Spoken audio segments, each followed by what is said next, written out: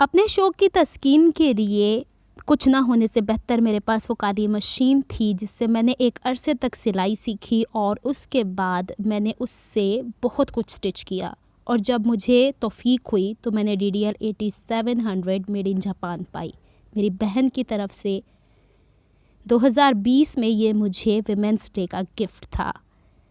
तो जी जनाब, मैं बात कर रही हूँ अपनी जोकी मशीन की, जिसके बारे में मैं अक्सर वीडियोस में कहती हूँ कि अगर आपके पास ये मशीन है तो आपकी सिलाई बेहतरीन होने वाली है।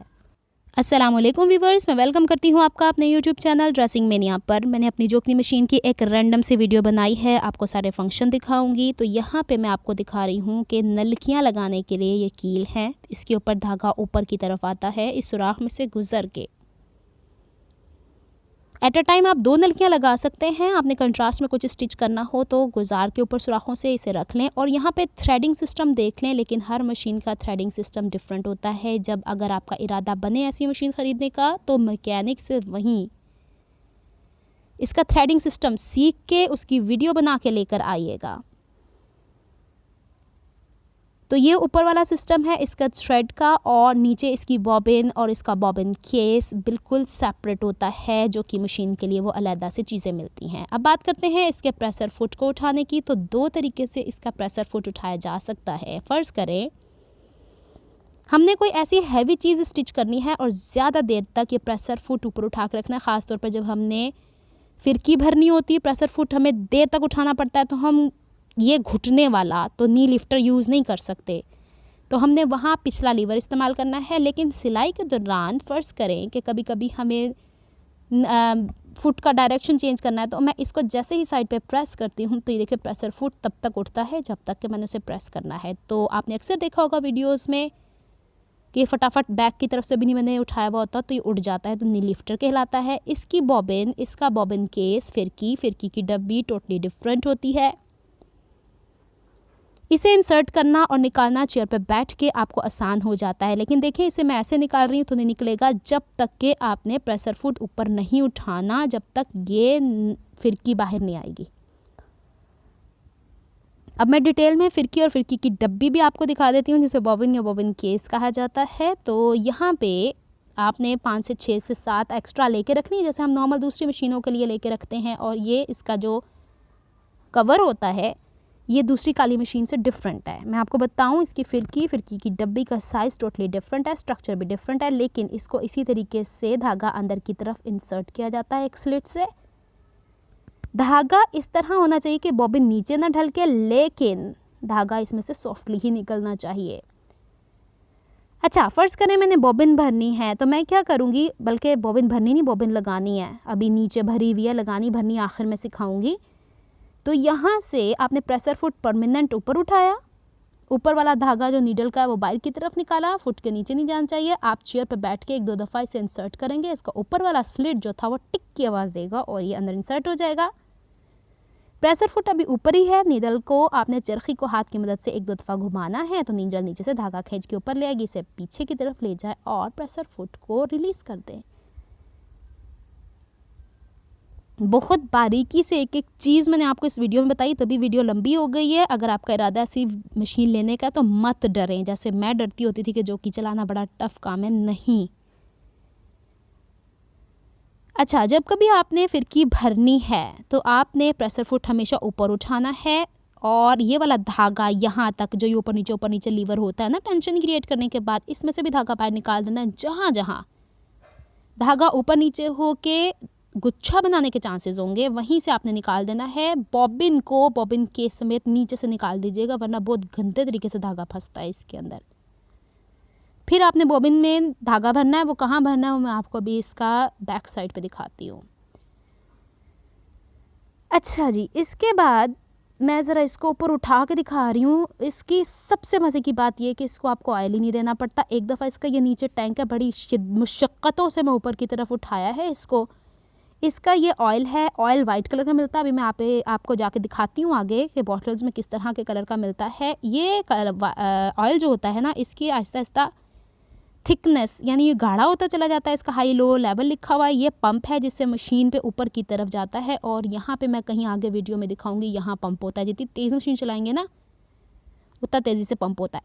और यहाँ देखें ये आपको नज़र आ रही है गंदगी, और मैं कपड़े सीती हूँ ऑब्वियसली तो बुर चले जाते हैं इसके अंदर। तो ये इतनी मुश्किलों से मैंने अभी ये उठाई है साइड पे।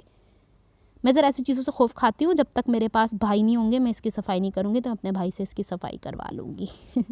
ऑयल चेंज करना होता है हर 4 से 5 महीने के बाद। जितनी ज़्यादा आपने सिलाई करनी होती है उतनी जल्दी ये टैंक का जो ऑयल है ना वो काला काला पड़ जाता है। फिर आपने ये टैंक निकल जाता है, मशीन का हिस्सा ऊपर से उठा देंगे, टैंक निकल जाता है, ऑयल सारा बाहर गिरा देना है और इसको धो लेना है सरफ वगैरह से अच्छे से धो के धूप में खुश करके इसे दोबारा इसके ऊपर एडजस्ट कर देना है। इसकी सारी एडजस्टमेंट जो है ना आपको मैकेनिक सिखा के भेजेगा। अच्छा, इसके टेबल की लेंथ है 44 इंचज़ और विड्थ है 23 इंचज़, काफ़ी अच्छा बना हुआ है। इसकी चौड़ाई भी देख लें, मोटाई इसकी ख़ास करके। ये देखिए इसका प्रेशर फुट है जिसके ऊपर हम प्रेशर देते हैं। अब मैं प्रेशर फुट के प्रेशर को कैसे मेंटेन करती हूँ देखें। सबसे मेन चीज़ कि इसको चलाना दिक्कत है, एक पाँव यूँ पीछे रखती हूँ, एक पाँव यूँ आगे रखती हूँ। कभी भी दोनों पाँव आगे रख के जब मैंने चला दी ना मशीन तो बहुत टफ हो जाता है, ऐसे भागती है धड़ धड़ करती हुई, ऐसे काम नहीं करने। अच्छा, इसमें बटन भी दिए हुए हैं इसकी स्पीड को एडजस्ट करने का, लेकिन आपको मैनुअली भी आना चाहिए। तो ये देखें पीछे वाला फुट अगले फुट को सपोर्ट करता है। अच्छा, इसका अगर आप ये नी लिफ्टर मैं आपको बता चुकी हूँ, नी लिफ्टर जब तक काम नहीं करेगा जब तक कि आपने पीछे लीवर को ऊपर उठाया हुआ है, परमानेंट वाले ये जो है ना, इसको आप जब नीचे करेंगे ना तब आपका नी लिफ्टर काम करेगा। ये देखिए।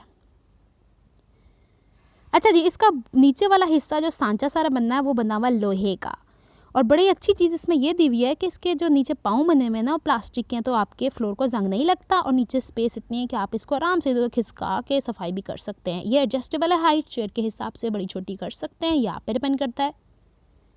स्टैंडर्ड उन्होंने आपको बना के दी हुई होती है। ये टैंक है जो मैंने आपको ऊपर से दिखाया है।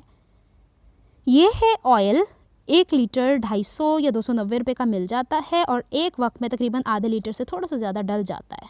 ये मोटर देखिएगा, सबसे मेन चीज़, आपकी लाइट गई हुई है और यूपीएस वगैरह का सिस्टम है आपके घर में तो ये मशीन चलेगी, ये इलेक्ट्रिसिटी को कम खाती है। अच्छा, मैं पहले इसे ऑन करके दिखाती हूँ, स्विच लगाती हूँ बोर्ड के अंदर। मज़े की चीज़ मैंने आपको अपनी इस्त्री में बताया था कि उसे बोर्ड में नहीं लगाना, लेकिन ये वाली मशीन बोर्ड में लग जाती है। यहाँ इसका ये बॉक्स बना हुआ है जो इसके सारे फंक्शंस को कंट्रोल करेगा। ऑन कर दिया, ये देखिए इस तरह की मूवमेंट बैक की तरफ हो रही है, इसका मतलब कपड़े को ये बैक की तरफ फेंकेगा। नीचे आपको 3 बटन नज़र आ रहे हैं जिससे स्पीड कंट्रोल होती है, लेकिन मैंने आज तक कभी इसको यूज़ ही नहीं किया क्योंकि मैंने बताया मैं तो पाँव से ही इसकी स्पीड कंट्रोल कर लेती हूँ। इस डब्बे के बैक के ऊपर आपके पास ऑप्शन मौजूद है ये वाला जो अलहदा से लाइट आती है। पहले तो ये सारी तारें वो हैं जो बैक पे मोटर को जोड़ रही हैं, और ये एलईडी लाइट मैंने एक्स्ट्रा से मंगवाई थी, 350 से 400 के बीच में, आम शॉप से भी मिल जाती है, दराज से मंगवाई थी। और ये मज़े की बात, सबसे अच्छी बात ये है कि इसके पीछे बोर्ड पर जगह मौजूद है।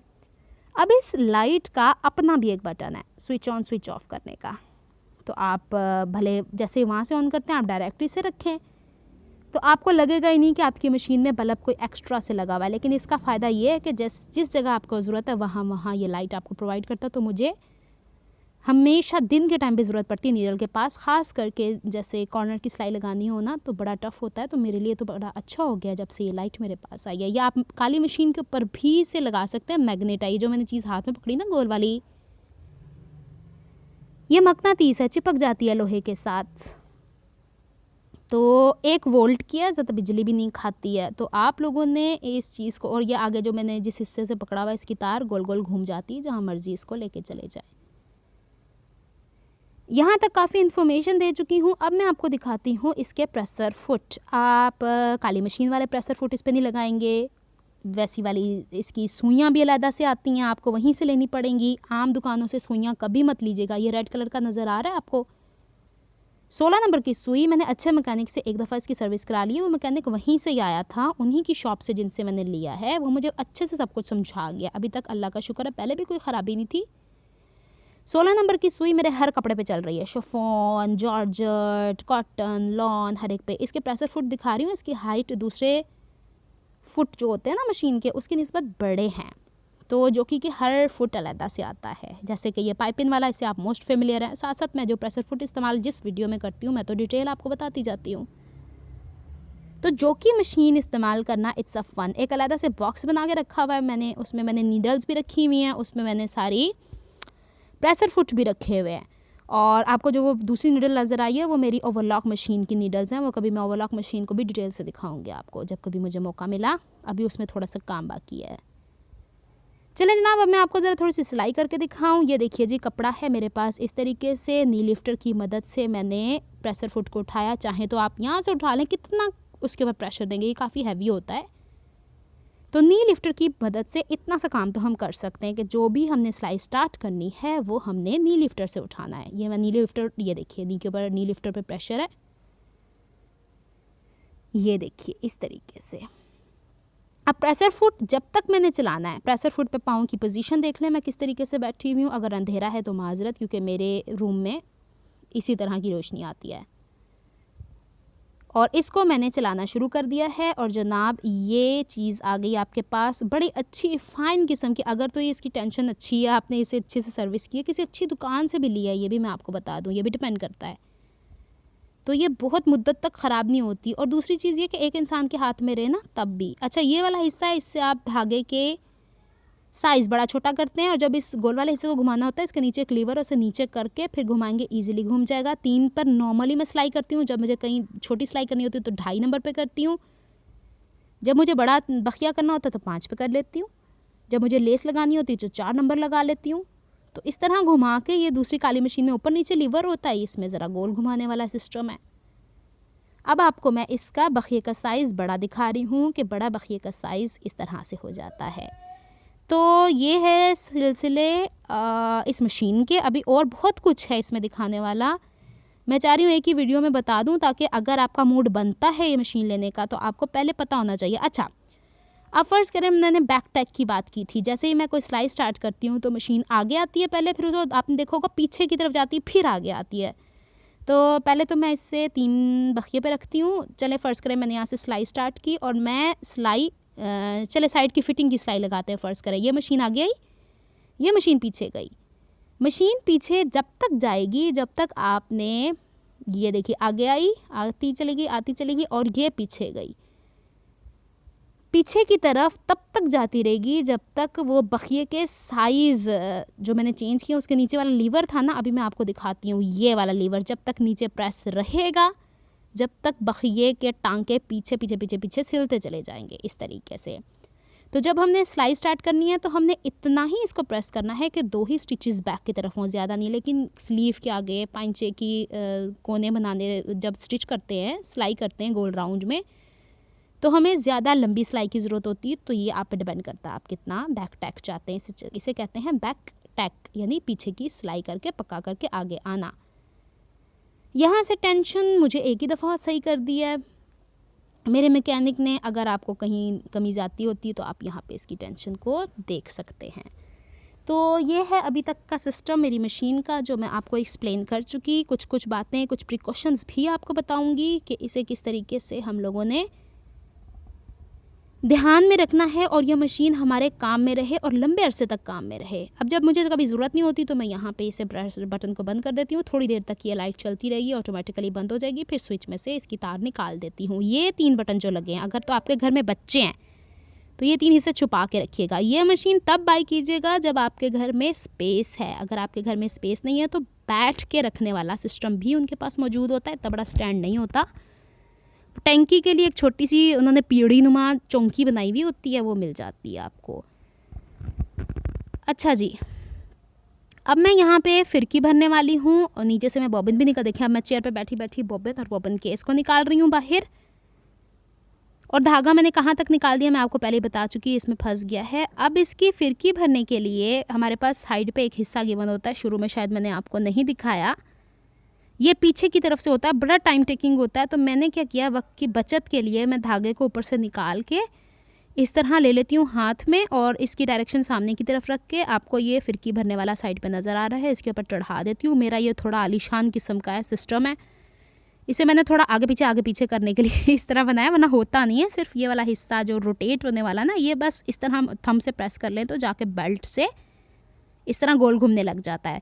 मैंने थोड़े से इसके पेच लूज़ करवाया मैं, मेरी हर चीज़ ही मेरे हिसाब से होती है, मुझे एडजस्टमेंट्स अपने हिसाब से पसंद है। अच्छा, प्रेशर फुट उठा लेना है परमानेंट पीछे की तरफ से, ध्यान में रखना नीचे से फिरकी निकाल ली हुई है, वरना बहुत गंदे तरीके से इसके अंदर हमारे धागे फंस जाते हैं। अब यहाँ पे जो नलकी है वो मैंने अपने मुंह में रखी है, जिस तरह हम टिपिकली करते हैं। और इस देखिए ये वाला हिस्सा दबाएंगे तो गोल चरखा जो घूम रहा है वो बेल्ट के साथ पैरेलल घूमेगा, तो फिरकी भर जाएगी। और जैसे ही फिरकी भर जाती है, मैं ये नीचे जो वाइट वाला हिस्सा आपको प्लेट से नज़र आ रही है, इसे खींच के अपनी तरफ कर लेती हूँ। नॉर्मली ऐसा होता नहीं है, लेकिन मैंने इसको इस तरीके से एडजस्ट कराया हुआ है। यहाँ से फिरकी निकाल लेंगे। वैसे अमूमन सिर्फ ये वाला ऊपर वाला हिस्सा जो मैं आपको बाद में दिखा रही हूँ ना, बस यही इसके साथ ज्वाइन होता है नॉर्मल मशीन्स के साथ। मैंने बताया है, बार बार एक चीज़ बता रही हूँ। तो यहाँ पे फिरकी को मैं लगाऊंगी इसके डब्बी के अंदर, और ये हिस्सा जो आपको ऊपर कट वाला नज़र आ रहा है, ये वाला मैं पहले ही बता चुकी हूँ ऊपर होगा, और प्रेशर फुट ऊपर की तरफ उठा हुआ होगा। और इसको हम चेयर पे बैठे बैठे 1-2 दफ़ा प्रैक्टिस करेंगे। अब मैं आपको थोड़ी सी इसकी प्रिकॉशंस भी बताती हूँ। कौन सी ऐसी चीज़ें हैं जिसको आपको ध्यान रखना है। एक्सीडेंट्स भी हो जाते हैं ऐसी मशीन्स जब हम इंडस्ट्रियल घर के अंदर रखते हैं। तो यहाँ पे तो ओवरऑल लुक मैं इसकी दिखा रही हूँ। ऊपर आपको इसका पंप नज़र आ रहा है, ये वाला। जितनी तेज़ मशीन चलाएंगे ना, उतना ये ऑयल ऊपर की तरफ आता है प्रेशर की तरह। और ये आपको जो निशान नज़र आ रहे हैं, ये मेरी जो मैग्नेट चिपका हुआ है ना, इसके साथ से निकलते हैं। तो जनाब इसके प्रिकॉशंस में मैं आपको बता दूं कि जब कभी आप लोगों ने नीडल के अंदर धागा डालना है तो मशीन हमेशा बंद कीजिएगा। अगर मशीन चल रही है तो आपका पंप प्रेशर फुट पे नहीं होना चाहिए। सुई चढ़ जाएगी हाथ के ऊपर और आपका हाथ सिल जाएगा बुरे तरीके से। कभी भी हाथ से इसको, चरखे को, मशीन चल रही होती है ना, बाजू का हमें आदत होती है हाथ से यहाँ से रोकने की, कभी मत कोशिश कीजिएगा। ये मशीन इतनी ऑटोमेटिक है कि आप मतलब जितना पाउंड प्रेशर देंगे ना प्रेशर फुट पे, उतना ही चलेगा। कभी भी एक टांका बढ़ के आगे खिसक के नहीं लेगी ये मशीन। ये देखें, जहाँ रोकेंगे, जहाँ प्रेशर, आपने अपने प्रेशर, अपने पाँव को हिदायतें देनी है कि कब रोकना है, कब चलाना है। ये चीज़ें जहन में रखिएगा। और प्रिकॉशंस मैंने बताई हैं क्योंकि ये इंडस्ट्रियल मशीन है। अल्लाह ना करे कोई एक्सीडेंट हो सकता है, तो ये बचने के लिए आपको, बच्चों वाला घर है तो इसे हमेशा बंद करके रखिएगा, स्विच ऑफ करके रखिएगा। मेरी जहाँ तक मुझे इल्म था मैंने आपको सारी इन्फॉर्मेशन दे दिया है। मिलती हूँ मैं किसी नेक्स्ट वीडियो में। आपकी रिक्वेस्ट ये भी पूरी कर दी। बात है इसकी प्राइस की, तो मेड इन चाइना 20,000 तक मिलती है, ये आपको 25,000 से ऊपर मिलेगी मेड इन जापान। तो जनाब मिलती हूँ किसी नेक्स्ट वीडियो में किसी नए प्रोजेक्ट के साथ या किसी नए चीज़ के साथ। तब तक के लिए अल्लाह हाफिज़।